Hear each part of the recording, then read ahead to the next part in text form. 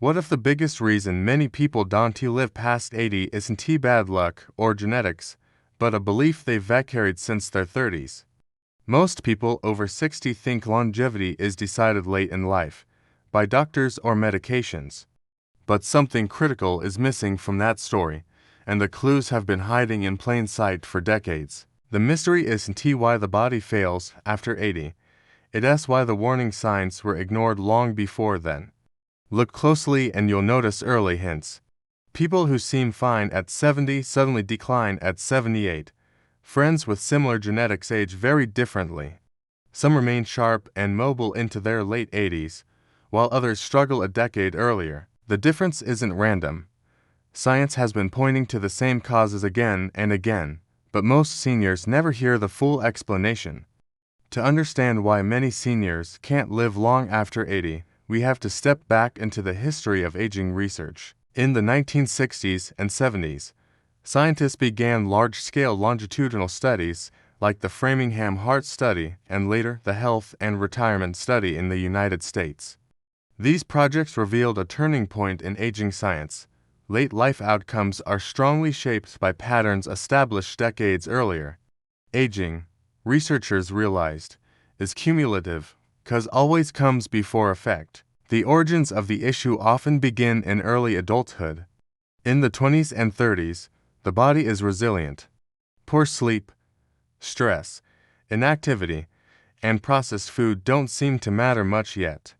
According to long-term American data, adults who establish sedentary lifestyles early are more likely to experience muscle loss and metabolic disease later. The cause is simple neglect of movement and recovery.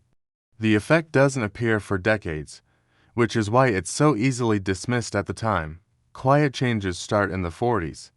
Muscle mass naturally declines by about 1% per year after age 40, according to aging physiology research. Bone density begins to drop.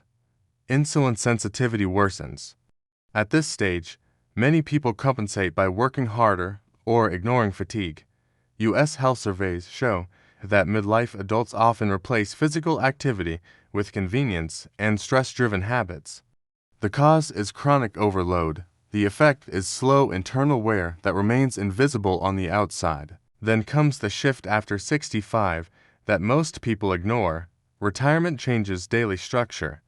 Movement decreases. Social interaction shrinks. According to the CDC, nearly 1 in 4 Americans over 65 is physically inactive. At the same time, the nervous system becomes more sensitive to stress and isolation. Researchers studying aging brains have shown that cognitive and physical decline accelerate together when stimulation drops. The cause is loss of routine and purpose. The effect is rapid vulnerability that many mistake for normal aging. This leads to the breaking point, usually in the late 70s. A fall, an infection, or a hospital stay suddenly changes everything. At this age, recovery capacity is limited. Data from Medicare records show that a single fall after 75 dramatically increases the risk of losing independence within a year. What looks like a sudden collapse is actually the visible result of decades of accumulated decline. The body, in failing randomly, it's revealing the bill. The fallout affects more than health. Medical costs rise sharply after functional decline. According to U.S. health expenditure data, seniors with mobility or cognitive impairment spend thousands more per year on care. Lifestyle shrinks. Social circles narrow. Independence fades. Across millions of seniors, the same pattern repeats. Physical weakness leads to reduced activity, which accelerates further decline. So, what are the 4 hidden reasons most seniors can't live long after 80? The first is loss of muscle and strength, known as sarcopenia. Studies show that muscle weakness is a stronger predictor of mortality than weight or BMI in older adults. The second is chronic inflammation driven by long-term stress, poor sleep, and metabolic imbalance. Inflammatory markers rise steadily with age and are linked to heart disease, dementia, and frailty. The third is social isolation. American surveys consistently find that loneliness increases mortality risk at a level comparable to smoking. The cause is disconnection. The effect is faster physical decline. The fourth is learned helplessness, believing decline is inevitable and therefore stopping preventive behaviors. Psychology research shows expectations about aging strongly influence outcomes.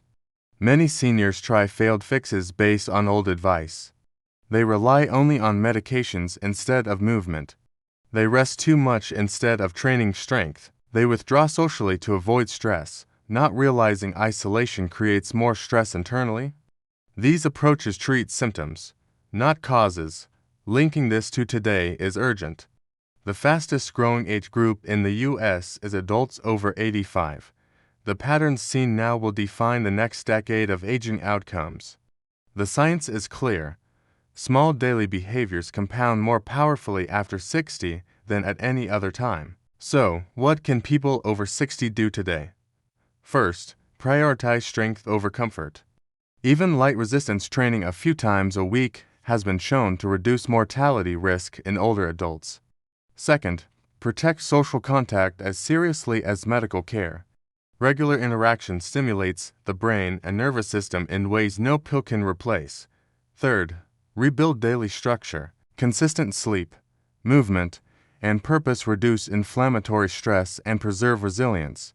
Here is the clear warning based on evidence.